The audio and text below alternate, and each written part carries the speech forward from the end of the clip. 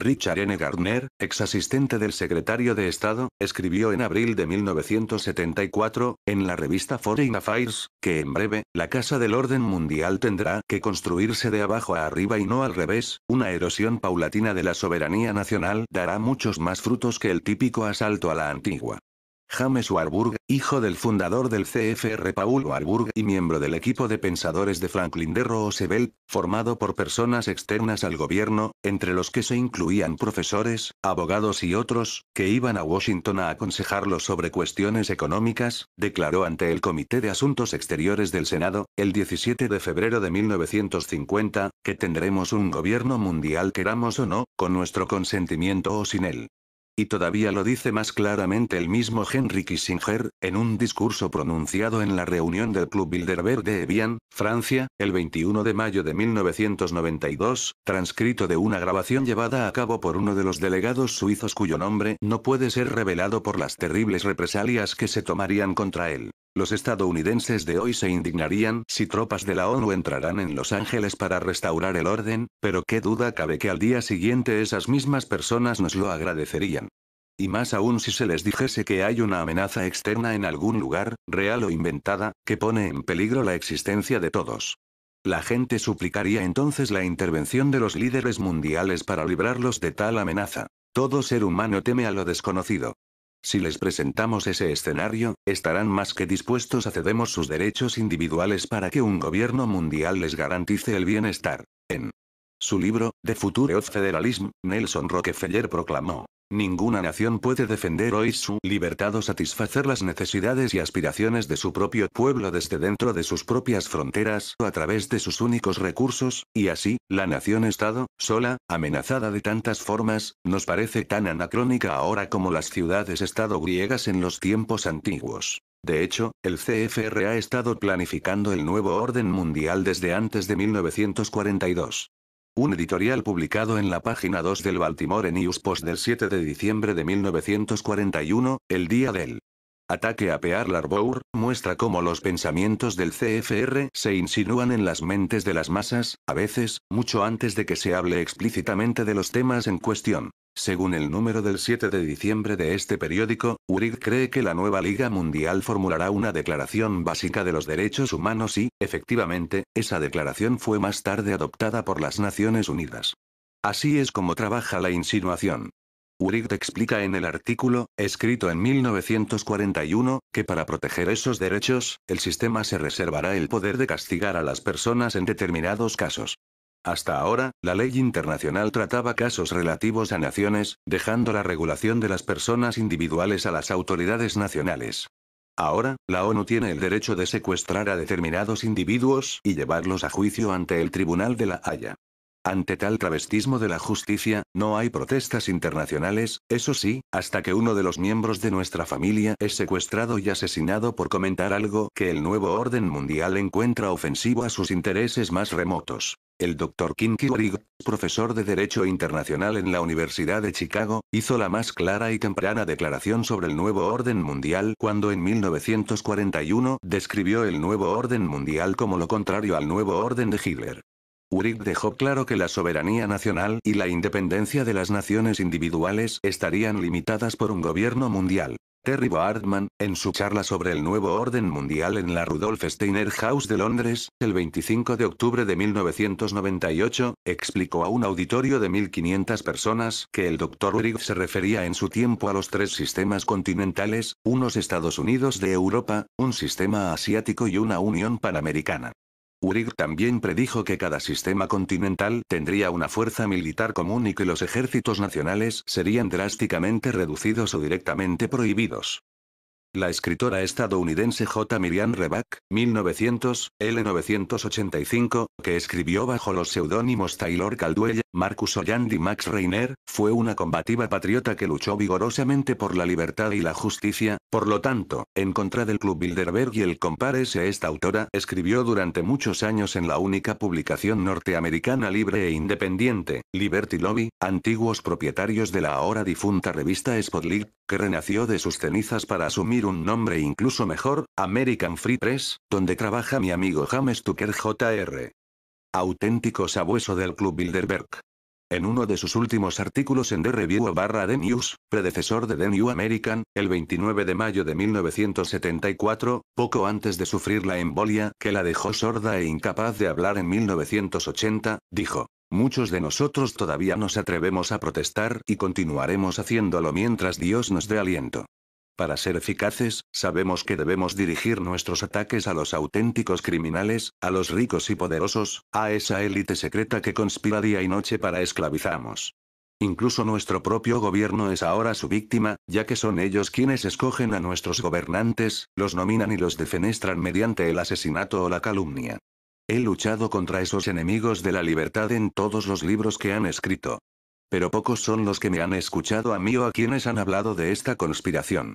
Y ya empieza a ser tarde. Los estadounidenses deben escuchar y actuar o asumir la oscura noche de esclavitud que nos acecha y que será peor que la muerte. El plan, según dijo la escritora, es gradual y astuto. Los conspiradores del CFR saben bien que los estadounidenses arman la libertad y que nunca aceptarán voluntariamente el yugo de la esclavitud de un superestado mundial. Esa es la razón de que hayan desarrollado un plan tan taimado y enrevesado durante todos estos años. La libertad no es gratuita.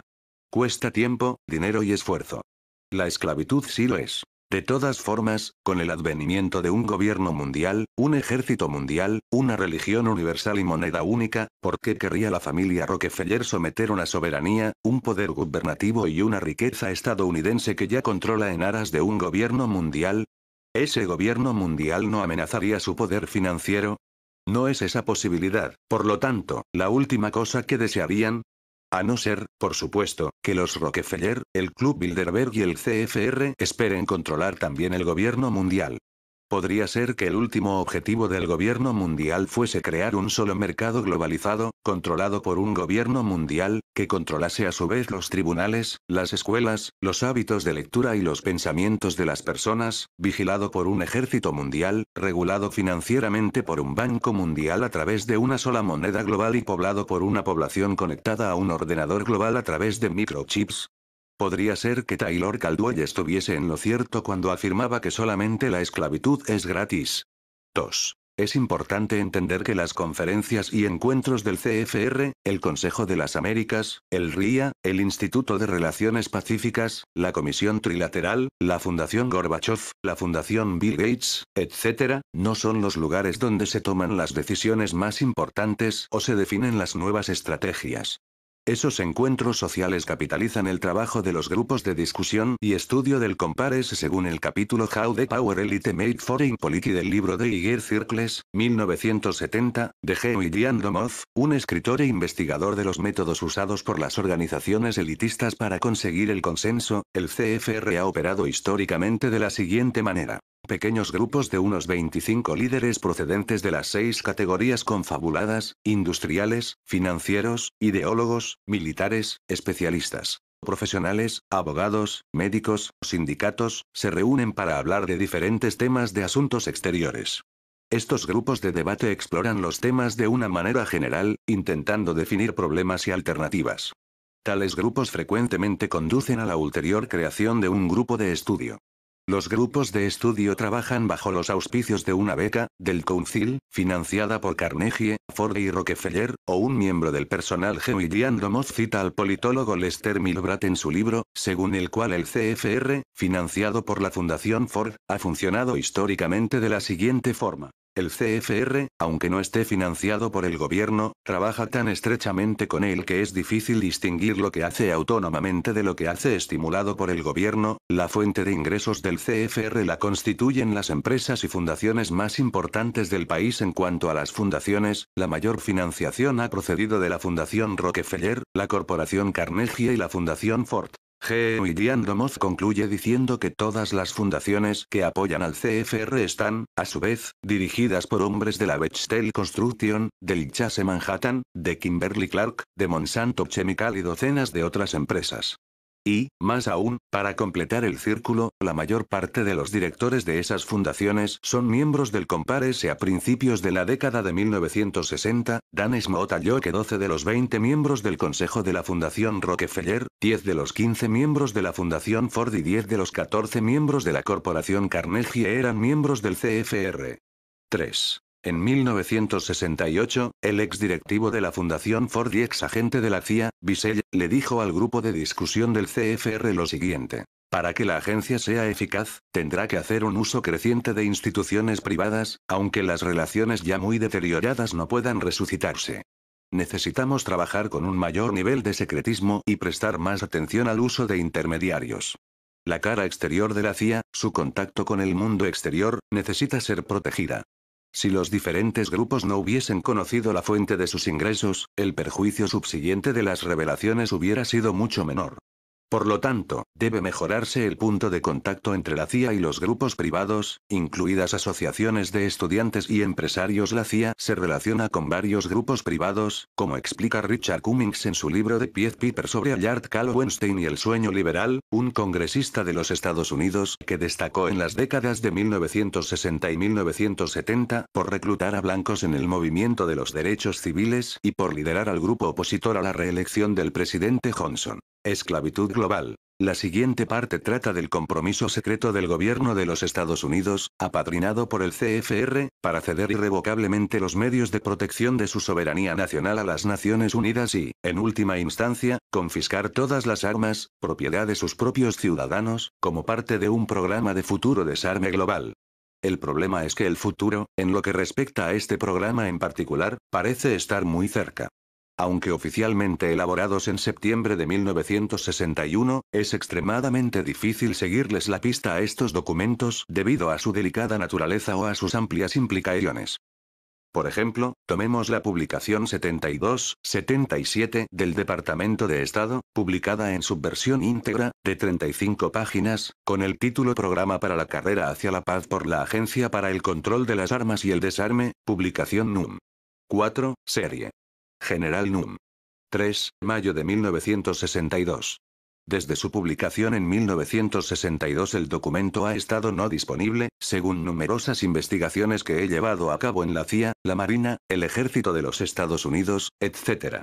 Finalmente, el capitán de una división de contrainteligencia de los Estados Unidos me los enseñó arriesgando su empleo y su vida en ello. Su título completo. Liberarse de la guerra. Programa de los Estados Unidos para el desarme general y completo en un mundo de paz, publicación 72-77 del Departamento de Estado, elaborado en septiembre de 1961. Introducción. Este nuevo programa plantea la reducción progresiva de la capacidad de las naciones para entablar guerras y el desarrollo simultáneo de las instituciones internacionales para dirimir disputas y mantener la paz.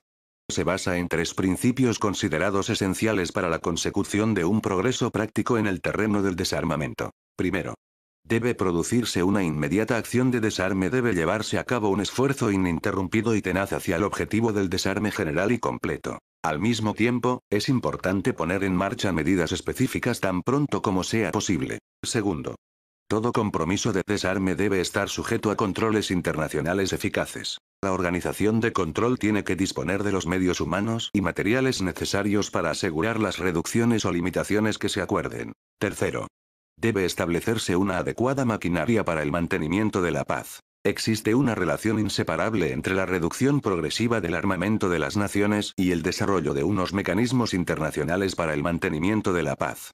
Probablemente, las naciones no cederán sus medios de autoprotección si faltan vías alternativas de salvaguarda de sus legítimos intereses.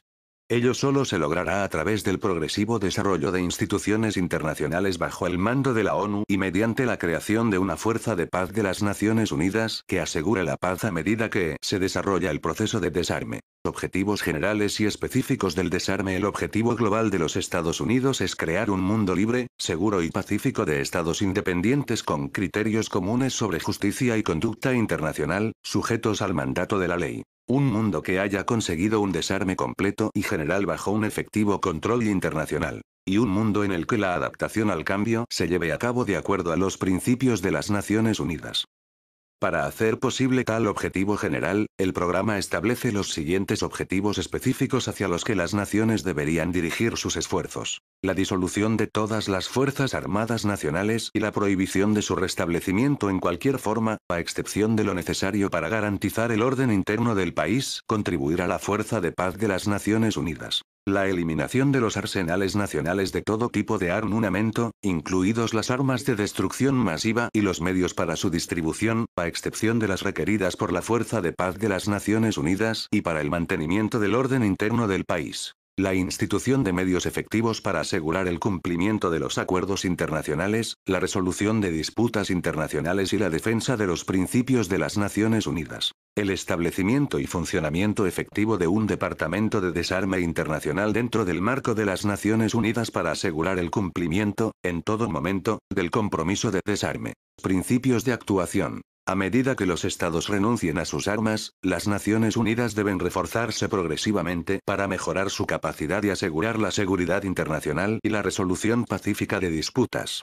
Fases del desarme. El programa establece unas medidas progresivas de desarme que tendrán lugar en 3 fases, lo cual permitirá el desarrollo simultáneo de las instituciones internacionales. Primera fase. La primera fase contempla medidas que reducirán significativamente la capacidad de las naciones para entablar guerras agresivas. Se reducirán los ejércitos. Las Fuerzas Armadas de los Estados Unidos y la Unión Soviética estarán limitadas a 2,1 millones de hombres cada una, con niveles apropiados, que no excedan de esa cantidad, para otros estados importantes a nivel militar. Los niveles de armamento serán reducidos en correspondencia, y su producción limitada. Se reforzará el poder de la Fuerza de Paz de las Naciones Unidas. Se tomarán medidas para aumentar la capacidad de las Naciones Unidas para el arbitrio, para el desarrollo de una ley internacional y para el establecimiento de la segunda fase de una Fuerza de Paz permanente de la ONU. Se establecerá una organización internacional para el desarme y la verificación efectiva del programa de desarme. Se ampliarán progresivamente sus funciones a medida que avance el desarme. Se certificará a todos los estados que las reducciones acordadas están teniendo lugar y que los ejércitos y fuerzas remanentes no excederán los límites permitidos. Se determinará la transición de una fase a otra, se llevarán a cabo reducciones ulteriores de las fuerzas armadas, armamento y medios militares de los estados, incluidos los vehículos para las armas estratégicas nucleares y las armas de contraataque. Se prohibirá la fabricación de armas a excepción de los tipos y cantidades que necesite la Fuerza de Paz de la ONU y las necesarias para el mantenimiento del orden interno de los países. El resto de armamento será destruido o reconvertido para propósitos pacíficos. La capacidad de las Naciones Unidas para mantener la paz será lo bastante fuerte y los compromisos de todos los estados suficientemente ambiciosos como para asegurar la paz y la resolución justa de diferencias en un mundo desarmado. Resumen de los objetivos de un programa de desarme completo y general en un mundo pacífico. A. La disolución de todas las fuerzas armadas nacionales y la prohibición de su restablecimiento en cualquier forma, a excepción de lo necesario para garantizar el orden interno del país y contribuir a la fuerza de paz de las Naciones Unidas. B. A medida que los estados renuncien a sus armas, las Naciones Unidas deben reforzarse progresivamente para mejorar su capacidad y asegurar la seguridad internacional y la resolución pacífica de las disputas, así como para facilitar el desarrollo de la cooperación internacional en tareas comunes para el beneficio de la humanidad. Trama de la Operación Jardín. Plan Antidisturbios Civiles de los Estados Unidos 55-2, aunque fue descatalogado bajo la Ley de la Libertad de Información del 30 de marzo de 1990, tardé más de 3 años en obtener una copia completa de la trama de la Operación Jardín del Gobierno de los Estados Unidos. La publicación original es del 1 de junio de 1984. Todos los materiales presentados aquí han sido desclasificados y, según el plan de guía para la clasificación de las fuerzas aéreas, este documento de unas 200 páginas no se entrega bajo la normativa de protección de información de la seguridad nacional, pues reemplaza al Operations Plan 355-10 del 16 de julio de 1973. La información es facilitada por las fuerzas aéreas de Usted y USAF, bajo la supervisión del general Alexander K. Davidson, director del Departamento de Operaciones. Según las fuerzas aéreas de Usted, aunque el documento está desclasificado, está destinado solamente a uso oficial según la normativa AFR 12-30. Este plan contiene información para uso interno del Departamento de Defensa y su distribución pública facilitaría la violación de la ley.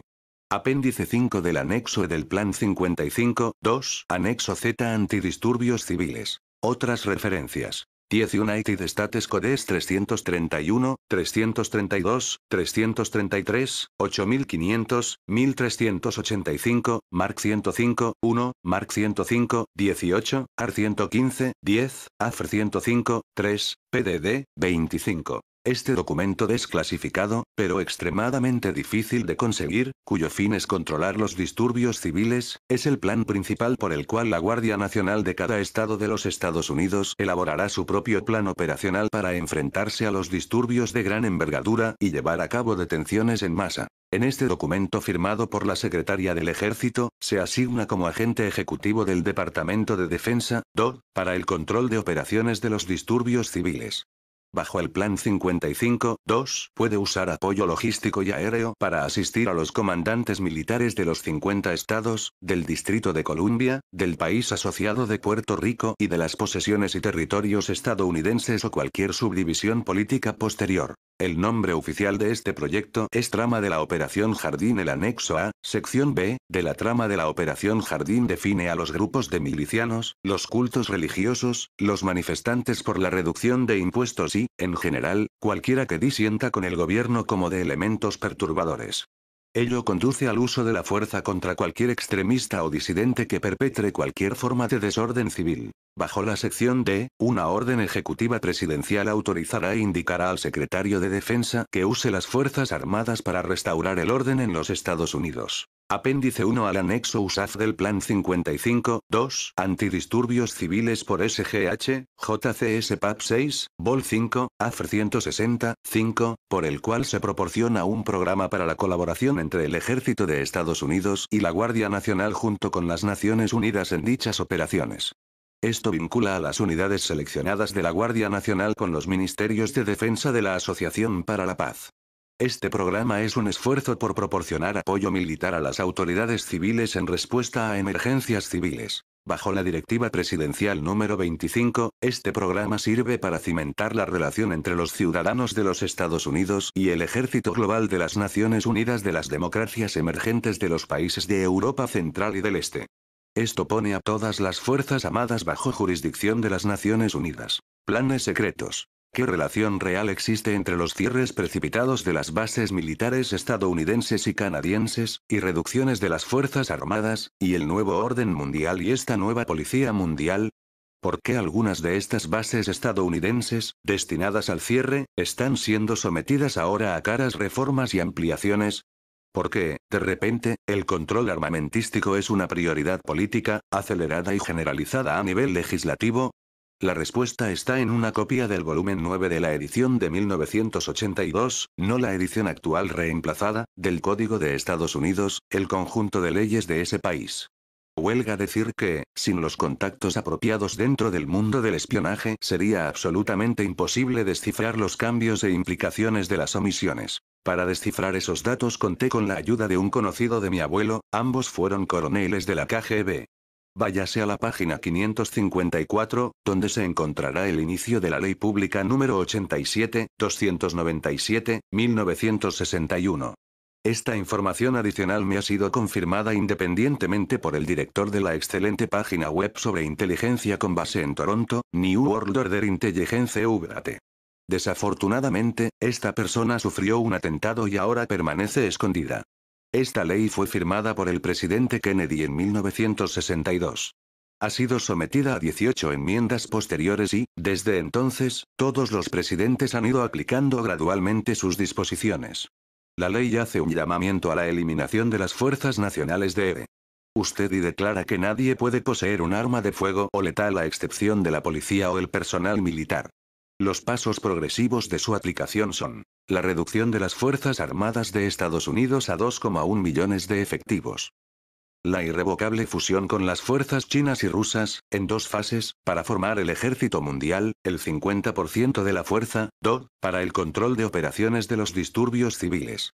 Bajo el Plan 55-2, puede usar apoyo logístico y aéreo para asistir a los comandantes militares de los 50 estados, del Distrito de Columbia, del país asociado de Puerto Rico y de las posesiones y territorios estadounidenses o cualquier subdivisión política posterior. El nombre oficial de este proyecto es Trama de la Operación Jardín. El anexo A, sección B, de la trama de la Operación Jardín define a los grupos de milicianos, los cultos religiosos, los manifestantes por la reducción de impuestos y, en general, cualquiera que disienta con el gobierno como de elementos perturbadores.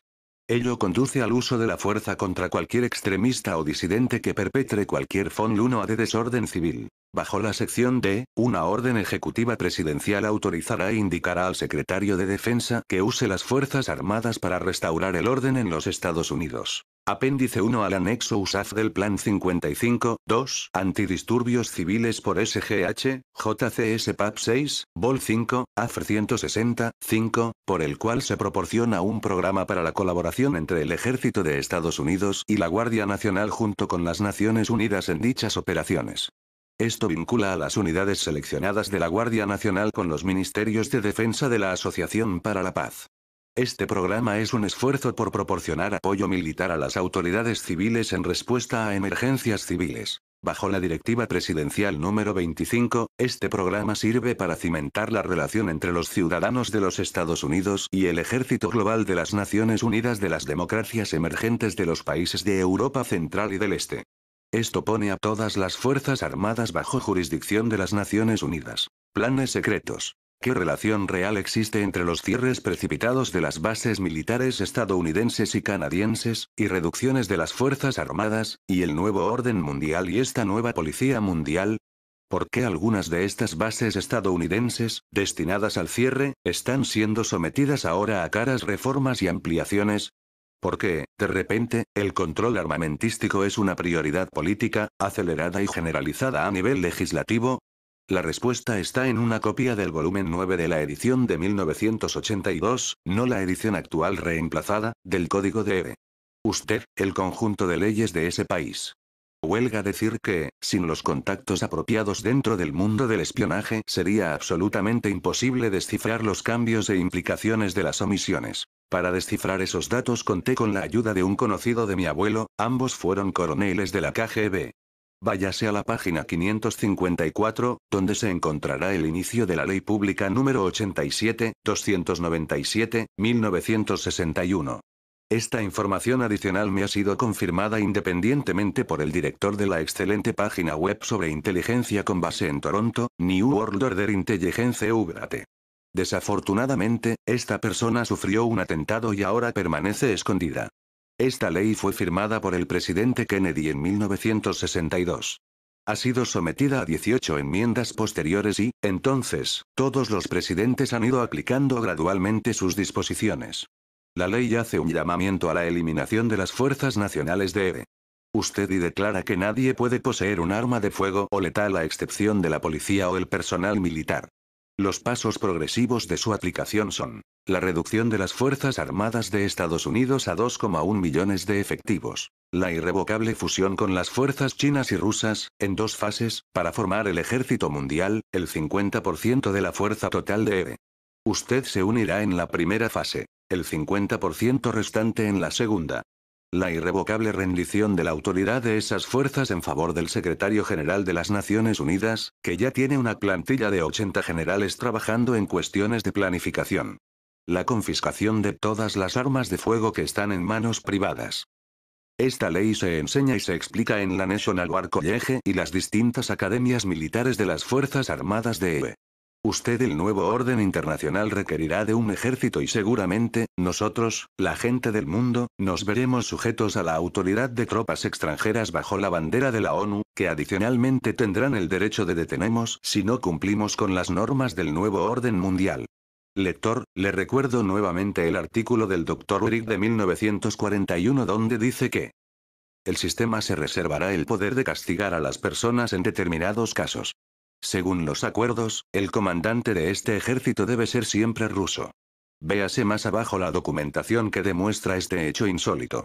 Recuerde, el nuevo orden mundial ama el socialismo, no porque Rockefeller y compañía sean socialistas, sino porque será bajo un monopolio socialista que lo controlarán a usted y a todo el mundo. Ahora, debe darse cuenta de que los Rockefeller no planean compartir sus bienes con usted, sino más bien que usted comparta sus bienes con ellos, como verá en el próximo capítulo sobre los Rockefeller y la Comisión Trilateral.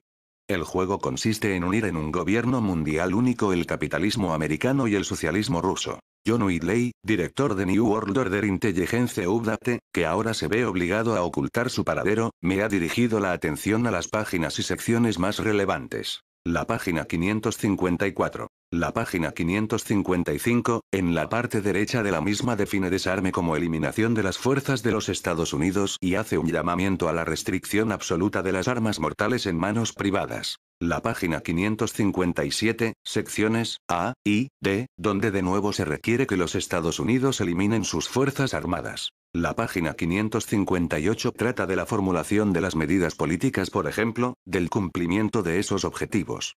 George Bush dijo que el traspaso de autoridad al secretario general de la ONU estaba en transición. La Corte Suprema dictaminó que la Constitución de EU y sus disposiciones estuviesen bajo el fuero de la ONU y las resoluciones de las Naciones Unidas.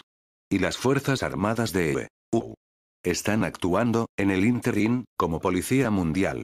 Las disposiciones de esta ley se hallan explicadas con más detalle en la publicación 72-77 del Departamento de Estado, también especificadas de forma completa en el documento de 35 páginas que lleva por título Programa para la Carrera hacia la Paz de la Agencia para el Control de las Armas y el Desarmamento, publicación NUM 4, Serie General NUM 3, mayo de 1962. Puede parecer todo increíble, pero allí está, en negro sobre blanco.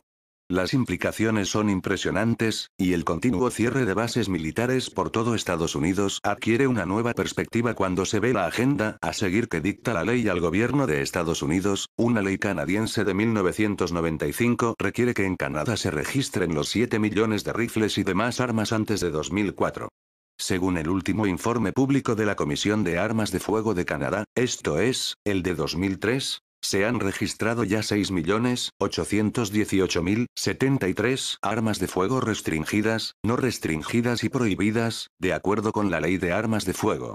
La persona que no cumpla con esta obligación habrá cometido un grave delito. Muchos canadienses y estadounidenses ven, acertadamente, este hecho como el preludio a la confiscación de armas al por mayor. Desde su creación, el North American Free Trade Agreement, Tratado de Libre Comercio, TLC o NAFTA en sus siglas en inglés, entre Estados Unidos, México y Canadá, por el cual las tres naciones constituyen una unión aduanera a imagen y semejanza de lo que fue la Comunidad Económica Europea durante sus 3 primeras décadas de existencia, ha sido una pequeña pero vital parte de algo mucho más grande, primero de la Unión Continental y después del federalismo mundial.